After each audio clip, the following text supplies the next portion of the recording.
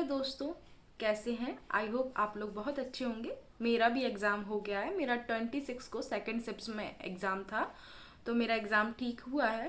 तो मैं आप लोगों के साथ रिव्यू शेयर करने वाली हूँ कि कौन कौन से क्वेश्चन आए थे, कैसे क्वेश्चन आए थे, क्योंकि अभी 28 को भी एग्ज़ाम बकाया है। तो जिन लोगों का बकाया है उनके लिए मैं रिव्यू देने वाली हूँ, और आगे जो लोग कोई भी एग्ज़ाम की प्रिपरेशन करेंगे तो इस वजह से मैं रिव्यू देने के लिए आप लोग के साथ शेयर करना चाहती हूँ। तो ज़्यादा देर नहीं करते हैं, वन बाई वन करके आप लोग के साथ क्वेश्चन शेयर करते हैं। तो सबसे पहले बात कर लेते हैं हिंदी की। हिंदी का पार्ट बहुत ही सिंपल सा था, ज़्यादा कॉम्प्लिकेटेड नहीं आया था। जैसा सुन रहे थे वैसा ही आया था। रिमझिम बुक से बहुत सारे क्वेश्चन थे, काफ़ी लोगों ने प्रिपेयर कर ली होगी और उनके जो एग्ज़ाम थे पता चलने के बाद ठीक ही गए होंगे, और रिमझिम बुक से क्वेश्चन उन लोगों ने अटेम्प्ट कर पाए होंगे ईजिली। और सबसे पहले मैं बात करती हूँ रिमझिम बुक से कौन कौन से क्वेश्चन आए थे। पहला क्वेश्चन तो ये आया था कि आपसे पूछा गया था, एक शीर्षक दिया था बुलबुल, पूछा था कि किस क्लास की बुक से ये है। तो मैंने उसका आंसर मार्क किया था क्लास सेकंड। दूसरा एक हमसे सब कहते हैं, इस चैप्टर के आपसे राइटर पूछे थे कि इसके राइटर कौन है। तो इसके कुछ सेवक करके इसके राइटर हैं, उनके सरनेम में सेवक है, तो उसका मैंने मार्क कर दिया था। थर्ड क्वेश्चन आया था कि बिट्टो कौन थी। तो बिट्टो कौन थी? बिट्टो किसान की वाइफ थी, तो ये भी मैंने मार्क कर दिया था। एक क्वेश्चन आया था कि जो लोनार्पो जो थी, तिब्बत लोक कथा है, उसके जो लोनार्पो गारो कौन थे, राजा के मंत्री थे कि उनके सैनिक थे, ये क्वेश्चन आया था। इसमें बड़ा कंफ्यूज हो गई क्योंकि मैंने जब स्टोरी पढ़ी थी तो मुझे एग्जैक्टली याद नहीं आ रहा था, लेकिन मैंने शायद उसमें उनके मंत्री वाला पॉइंट टिक किया है। और फिर बात कर लेते हैं, ये तो रिमझिम बुक से होगा। एक आध क्वेश्चन और था जो मैं भूल गई हूँ। और उसके बाद उसमें दो गद्यांश थे।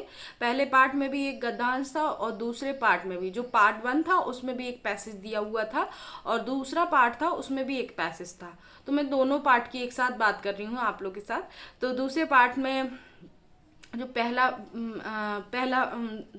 पहले तो पहले वाले पार्ट में जो भी गद्यांश था वो त्याग, कि इंसान को क्या क्या त्याग देना चाहिए तो अभी वो अच्छा इंसान बन सकता है, उससे रिलेटेड बहुत ही ईजिली आप आंसर कर पाओगे। एक क्वेश्चन में मैं थोड़ा कंफ्यूज हो गई। उन्होंने लास्ट में लाइन मेंशन करी थी कि विश्व में सभी को कार्यों को जो भी कार्य हैं उनको उनको सही से करना चाहिए, सही व्यवस्थित कर देना चाहिए। तो इसी से एक क्वेश्चन था, तो उसमें ऑप्शन भी आ रहा था कि संसार को व्यवस्थित कर देना चाहिए कि कार्यों को व्यवस्थित कर देना चाहिए। मैं इसमें कंफ्यूज थी तो मैंने कार लगा दिया इसका आंसर। अभी देखते हैं कि क्या सही होता है।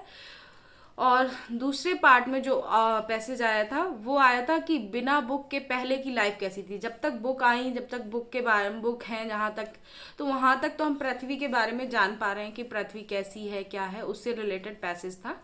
और फिर एक मुहावरा था कि रस्सी जल गई तो फिर भी अकड़ नहीं गई है, ऐसे कुछ लाइन थी, मुझे एग्जैक्ट याद नहीं आ रही। और फिर एक विसर्ग संधि, कि इसमें से कौन सा विसर्ग संधि सही है, इस पे इस क्वेश्चन था। एक कोणार्क का सही संधि विक्षेप पूछा था, कोण धन आर्क, इसका मेरे अकॉर्डिंग। और फिर एक पूछा था कर्मधारय समास, कि इसमें से कौन सा कर्मधारय समास होता है। तो इसमें जो भी कर्म धारण करने वाला होता है वही कर्मधारय समास होता है। तो ये मेरा इजीली हो गया था। और फिर एक क्वेश्चन था पर्यायवाची से। पर्यायवाची में था कि रात का पर्यायवाची क्या होता है, और कुछ क्वेश्चन मुझे याद नहीं आ रहे हैं। तो हिंदी बेसिकली इजी थी, एक आध क्वेश्चन में आप कंफ्यूज हो सकते हैं, वरना हिंदी ठीक थी मेरे अकॉर्डिंग। अब आते हैं इंग्लिश की बात पे। दोनों लैंग्वेज की बात करते हैं, फिर सीडीपी और ईवीएस की बात करते हैं। तो इंग्लिश में डायरेक्ट इनडायरेक्ट से मेरा दो क्वेश्चन थे। दोनों क्वेश्चन ईजी थे, अगर आपने अच्छे से डायरेक्ट इनडायरेक्ट पढ़े हुए हैं, आपको आते हैं तो आप कर लेंगे। और फिर उसके बाद दो क्वेश्चन एक्टिव पैसिव से थे, वो भी आप कर सकते हैं, बहुत ही ईजी थे और कोई डिफ़िकल्टी नहीं थी। फिर उसके बाद एक दो एंटोनम्स थे, एक पैराग्राफ भी था। और मतलब इंग्लिश का पेपर भी ओवरऑल इजी था। एरर डिटेक्शन से क्वेश्चन थे, और अरेंज करने वाले कि बहुत ही इजीली आप उनको अरेंज कर पाएंगे। ज़्यादा डिफिकल्ट एक भी क्वेश्चन नहीं थे। आप ऑप्शन से उनको चूज कर सकते हैं कि कौन सा इसका एग्जैक्ट आंसर होगा, क्योंकि ऑप्शन में समझ में आ जाता है कि यहाँ पे सब्जेक्ट लग रहा है तो सब्जेक्ट के अकॉर्डिंग पहला ऑप्शन कौन सा जा रहा है, तो आप इजीली चूज कर पाएंगे। बिल्कुल डिफिकल्टी नहीं हो पा रही थी इंग्लिश में भी। तो इंग्लिश भी ठीक थी, पैराग्राफ भी था, क्वेश्चन भी उसके आराम से आप फाइंड आउट कर पा रहे थे, तो मुझे कोई डिफिकल्टी नहीं हो रही थी। अब बात कर लेते हैं मैथ की। मैथ में सबसे पहले मेरा पहला क्वेश्चन आया कि वेव लिखा हुआ था, WAVE। उसमें पूछा था न्यून कोण कितने बन रहे हैं या फिर एक्यूट एंगल कितने बन रहे हैं। अब मुझे ये तो मालूम था कि एक्यूट एंगल 90 डिग्री से कम, 0 से बड़ा होता है, तो ये तो मुझे मालूम था, लेकिन मुझे उसमें समझ में नहीं आ रहा था। फिर मैंने देखा कि डब्लू के जो साइड्स हैं उसमें देखो कि 3 जगह से टर्न है, तो मैंने वहाँ पे उनको 3 काउंट किया, और ए में भी एक बन रहा है, वी में भी एक टर्न बन रहा है, तो मैंने वहाँ पे 2 5 मैंने लगाया। ई में कहीं टर्न नहीं है, उसमें स्ट्रेट लाइन है, परपेंडिकुलर लाइन है, तो मैंने उसको काउंट नहीं किया, तो इस हिसाब से मैंने 5 आंसर मार्क किया। आप लोग बताइए इसका एग्जैक्ट आंसर क्या होगा। फिर एक सीरीज थी जो कि बहुत ही ईजी थी। एक क्वेश्चन था टोटल वेट का, आपको सब्जी कोई खरीदने जाता है उस पर रिलेटेड क्वेश्चन था कि वो उनके कॉस्ट दिए हुए थे, फिर वो बताते कि इसका इतना पे करते हैं, तो बताओ उसने कितनी सब्जी खरीदी, कितना अमाउंट खरीदा। उसमें कॉस्ट नहीं पूछा था, टोटल नहीं पूछा था, उन्होंने उसका अमाउंट पूछा था कि कितना केजी टोटल हुआ।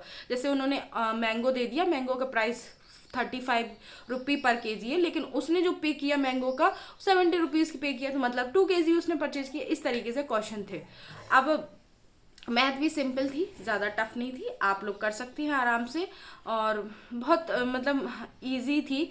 और एक एक क्वेश्चन ये था कि आप 2 नंबर को ऐड करेंगे, इसमें क्या सब्ट्रैक्ट कर दें कि हमें ये मिल जाए।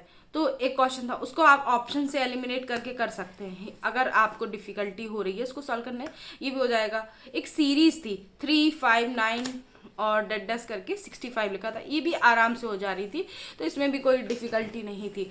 एक क्वेश्चन था मुझे एक मतलब टेबल बना हुआ था, उससे भी रिलेटेड क्वेश्चन था, और मतलब मैथ्स भी इजी थी, आप आराम से कर पाएंगे। अगर आपको बेसिक मैथ आती है तो आप कर लेंगे उसको। अब बात करते हैं रीजनिंग की। रीजनिंग में एक पजल थी, आप विद इन मिनट आप उसको बना लेंगे और आंसर भी मार्क कर देंगे, इतनी इजी पजल थी। एक ही क्वेश्चन था उससे। फिर उसके बाद एक क्वेश्चन था कि हाउ मेनी ट्रायंगल, एक शेप बना हुआ था, उसमें बहुत सारे ट्रायंगल्स बने हुए थे, उसमें ट्रायंगल काउंट करने थे, ये भी आप कर लोगे, उसमें भी कोई दिक्कत नहीं थी। अब रीजनिंग में ये हो गया। 1-2 क्वेश्चन और थे, मुझे याद नहीं है, तो रीजनिंग भी इजी थी, आप कर पाएंगे। अब बात कर लेते हैं कंप्यूटर की। कंप्यूटर की मेरे पास 5 के 5 क्वेश्चन है, बहुत ही इजी क्वेश्चन थे। पहला क्वेश्चन था कि साइबर क्राइम इनमें से कौन सा है। ऑप्शन दिया था कि ईमेल भेजना, कहीं से चोरी करना, किसी को मोबाइल मतलब किसी के हैक करना, किसी के डेटा को चुराना, तो इसमें से क्या साइबर क्राइम नहीं है, ऐसा क्वेश्चन था। तो आप जो कंप्यूटर से रिलेटेड होगा और नॉर्मली, तो वो तो साइबर क्राइम होगा, लेकिन आप जो चोरी नॉर्मली चोरी करेंगे वो साइबर क्राइम नहीं, तो मैंने वही वाला ऑप्शन चूज किया था। फिर था इनमें से ऑपरेटिंग सिस्टम कौन सा है, सॉरी ऑपरेटिंग सिस्टम कौन सा नहीं है। लाइनक्स दिया था, विंडो ऐसे दिए थे, एक्सपी दिया था, तो मैंने उसमें से माइक्रोसॉफ्ट वर्ड चूज किया था जो कि ऑपरेटिंग सिस्टम नहीं है। और उसके बाद था ब्लूटूथ के एरिया को क्या बोलते हैं, जिस एरिया में हम ब्लूटूथ कनेक्ट करते हैं तो उसको क्या बोलते हैं, ये क्वेश्चन था। नेक्स्ट क्वेश्चन था राउटर। राउटर किसके लिए यूज़ होता है, बिजनेस के लिए, पिक्चर बनाने के लिए, किस चीज़ के लिए हो जाता है, नेटवर्किंग के लिए, तो मैंने नेटवर्किंग इसमें सेलेक्ट किया था। और नेक्स्ट था यूपीएस का फुल फॉर्म, ये तो बच्चों को भी पता होता है, तो अनइंटरप्टेड पावर सप्लाई, ये इसका फुल फॉर्म है, तो ये भी हो गया था। कंप्यूटर हो गया। अब बात कर लेते हैं करंट अफेयर एंड जीएस की। तो जीएस तो कितना भी पढ़ लो कभी ख़त्म नहीं होता है, तो जीएस की बात नहीं करती हूँ, मुझे कोई भी उसमें से ढंग से एग्जैक्टली उनके आंसर्स नहीं आ रहे थे, तो जो मुझे आ रहा था मेरे दिमाग में क्लिक किया तो मैंने उनको मार्क किया है। मुझे याद भी नहीं आ रहा है मुझे कौन कौन से क्वेश्चन थे, आए भी होंगे तो मुझे हाँ एक क्वेश्चन याद आया कि जीके का नेवी डे कब मनाते हैं, तो 4 नवंबर, वो तो है ही फिक्स। तो ये जीके का क्वेश्चन मुझे याद है। एक क्वेश्चन करंट से था कि कन्नड़ लैंग्वेज में बाल साहित्य अवार्ड किसको दिया गया, और किसको दिया गया नहीं, किस बुक के लिए दिया गया। तो मैंने किसको दिया गया तो पढ़ा था, लेकिन किस बुक के लिए दिया गया ये मैंने नहीं पढ़ा था, तो मेरा ये क्वेश्चन गलत हो गया है। और था कि मुझे याद नहीं आ रहा क्वेश्चन। हाँ,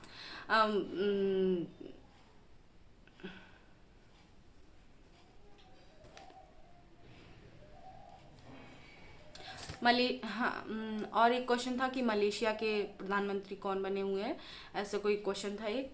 और वो भी मैंने पढ़ा नहीं था, मैंने अंदाजे से उसको मार्क किया है, मैंने नहीं पढ़ा था उस क्वेश्चन को, नो डाउट।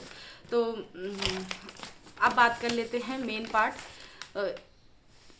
ईवीएस की और सीडीपी की। तो सबसे पहले ईवीएस की बात कर लेते हैं। ईवीएस भी आपको सोच रहे होंगे कि अब ईवीएस एनसीईआरटी बेस्ड आ रही है, तो एनसीईआरटी बेस्ड तो आ रही है, लेकिन ईवीएस में सबसे बड़ी प्रॉब्लम क्या हो रही है कि आपको अजीब तरीके क्वेश्चन दे रहे हैं, कि आपको एक कथन दे रहे हैं, नीचे उसका अनुकरण दे रहे हैं कि उसको फॉलो कर रहा है कि नहीं फॉलो कर रहा है, ऐसे क्वेश्चन दे रहे हैं। अब दोनों पॉइंट में कौन सा सही है, कौन सा फॉलो कर रहा है, कौन सा नहीं फॉलो कर रहा है, दोनों गलत है, दोनों सही, इस तरीके के 4 ऑप्शन दे रहे हैं। तो मुझे वैसे तो क्वेश्चन ठीक थे, लेकिन उसको अटेम्प्ट करना थोड़ा सा कॉम्प्लिकेटेड। जैसे एक क्वेश्चन आया था कि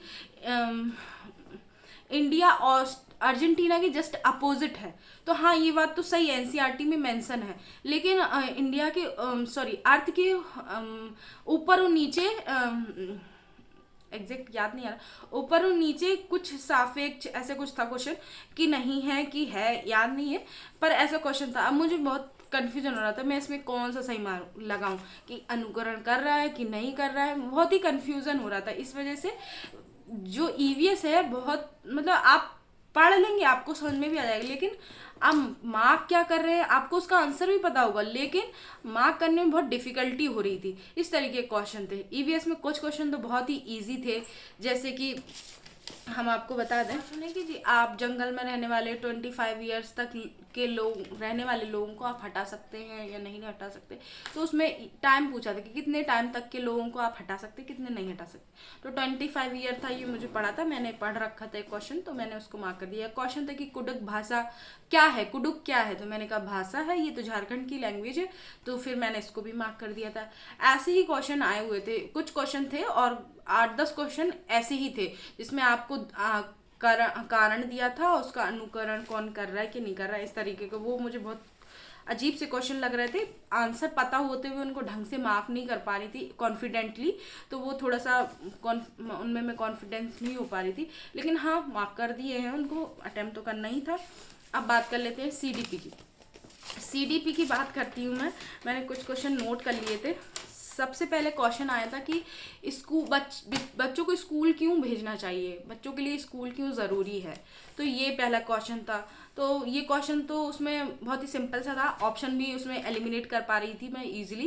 पहला था कि अनुशासन के लिए, दूसरा सामाजिक कार्य सिर्फ स्कूल में ही होते हैं, तीसरा ऑप्शन था कि उनको लर्निंग के लिए, किताबी लर्निंग के लिए, तो ये अकेला नहीं था, और लास्ट ऑप्शन था कि लर्निंग के लिए। तो लर्निंग में सब चीज़ आ जाती है, आप डिसिप्लिन भी सीखते हैं, आप किताबी ज्ञान भी सीखते हैं, आप उठना बैठना सब कुछ सीखते हैं, तो मैंने लर्निंग वाला ऑप्शन चूज किया है। नेक्स्ट क्वेश्चन था कि किनके आप साथ रहने पे, किसकी वजह से आपका जो अधिगम होगा, लर्निंग होगी, वो पॉजिटिव वे में होगी, आपके फ्रेंड के, आपके टीचर के। और मुझे दो ऑप्शन याद नहीं आ रहे हैं, तो मैंने इसमें फ्रेंड लगाया है, क्योंकि मुझे टीचर के कंपैरिजन में फ्रेंड लग रहा था सही, क्योंकि टीचर के साथ उन्होंने दिया था कि आपको सामाजिक और इमोशनल सपोर्ट देंगे। तो हो सकता है कि टीचर आपको जो भी आप पॉजिटिव सीख पाएंगे कि नहीं सीख पाएंगे, वो आप, मुझे ऐसा फील हुआ कि आप बच्चे आप एक दूसरे को देख के ज़्यादा वो पॉजिटिव फील करते हैं, तो मैंने पीयर ग्रुप लगा दिया था इसमें। एक क्वेश्चन था कि डिसिप्लिन क्यों ज़रूरी है, ऐसा क्वेश्चन था। एक क्वेश्चन था कि विद्यालय में परामर्श जो पेरेंट्स लेते हैं वो किस, उससे क्या फ़ायदा होता है, तो डेटा कलेक्शन करने में, कि सहयोग, कि एक क्वेश्चन सहयोग था और एक सहयोग और एक सहयोग से ही मिलता जुलता ऑप्शन था, मैंने उसको मार्क किया है और उसमें ही सहयोग भी शामिल हो जाएगा। तो वो था। एक क्वेश्चन था कि डिस्प्रैक्सिया किसे कहते हैं, तो डिस्प्रैक्सिया तो आपको पता ही है। एक क्वेश्चन था कि अंग नष्ट हो जाए तो उसको क्या कहते हैं किसी का, तो हमें बेसिकली हमें पता है कि अंग हैंडीकैप तो कहते नहीं, हैंडीकैप समाज जो बनाता है काम नहीं कर पाते उसको हैंडीकैप कहते हैं। आई से जो स्पेलिंग है वो है, मुझे याद नहीं आ रहा क्या है। और एक क्वेश्चन था ADHD, उसका फुल फॉर्म पूछा हुआ था। एक क्वेश्चन था कि प्रॉब्लम सॉल्विंग कैसे कर पाए, प्रॉब्लम सॉल्विंग में बच्चे को किस तरीके का ज्ञान होता है, तो इससे रिलेटेड एक क्वेश्चन था कि उसको कॉग्निटिव होगा, कंस्ट्रक्टिव होगा, बिहेवियरिज्म होगा, इससे रिलेटेड था। तो कंस्ट्रक्टिव प्रॉब्लम सॉल्विंग, कॉग्निटिव लगाया था मैंने इसका आंसर, कंस्ट्रक्टिव नहीं लगाया था।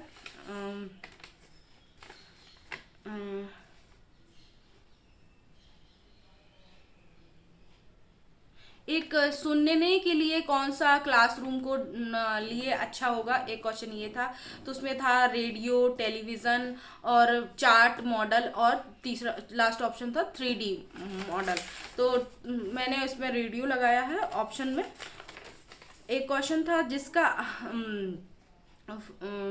बच्चों को अगर जू घुमाने ले जाए तो उसमें किस तरीके का इफेक्ट पड़ेगा बच्चों पे, किस तरीका, तो मैंने नेचर से जो रिलेटेड था, नेचर लेक्चर वाला, नेचर मेथड वाला, तो वो वाला लगा दिया था मैंने उसमें।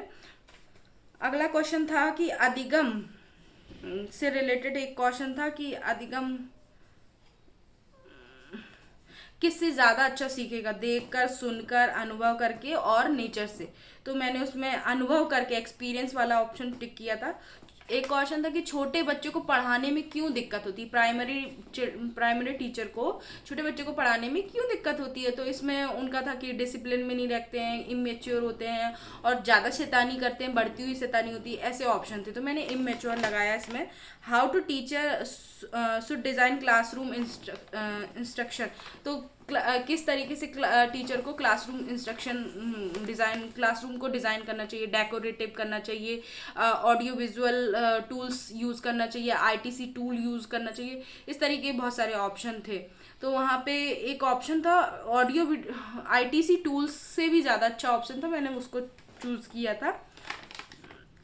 अगला क्वेश्चन था कि माइक्रोसिफोलॉजी क्या होता है, छोटा सिर, बड़ा सिर और जो आंख बाहर आ जाती है उसको बोलते हैं, या फिर छोटी आंखें। और ऑपरेंट संक्रियात्मक अनुकूलन स्थिति कौन लाया था, गेस्टाल्ट लाए थे, स्किनर लाए थे, थॉर्नडाइक लाए थे, पावलोव लाए थे, ये एक क्वेश्चन था। तो मैंने इस पे स्किनर टिक किया है।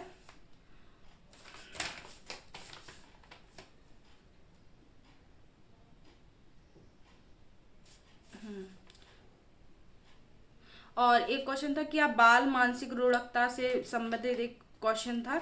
इस तरीके के क्वेश्चन थे, आप आराम से क्वेश्चन CDP के अटेम्प्ट कर पा रहे थे। बहुत सारे क्वेश्चन थे, मुझे एग्जैक्टली जो याद हैं तो वो मैंने आप लोग के साथ शेयर कर दिए हैं। आप लोग कहोगे तो मैं उनको लिख कर भी शेयर कर दूंगी कि क्या क्या ऑप्शन थे, और अगर मुझे कमेंट आएंगे शाम तक तो मैं ज़रूर शेयर करूँगी।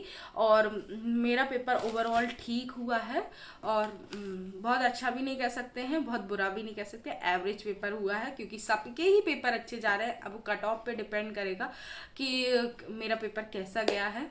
तो आप लोग के लिए भी, जिन लोग का एग्ज़ाम बचा है, उनको ऑल द बेस्ट। ये मेरा पेपर था। हाँ, अभी मैं जल्दी ही वीडियो लाने वाली हूँ कि यूपी टेट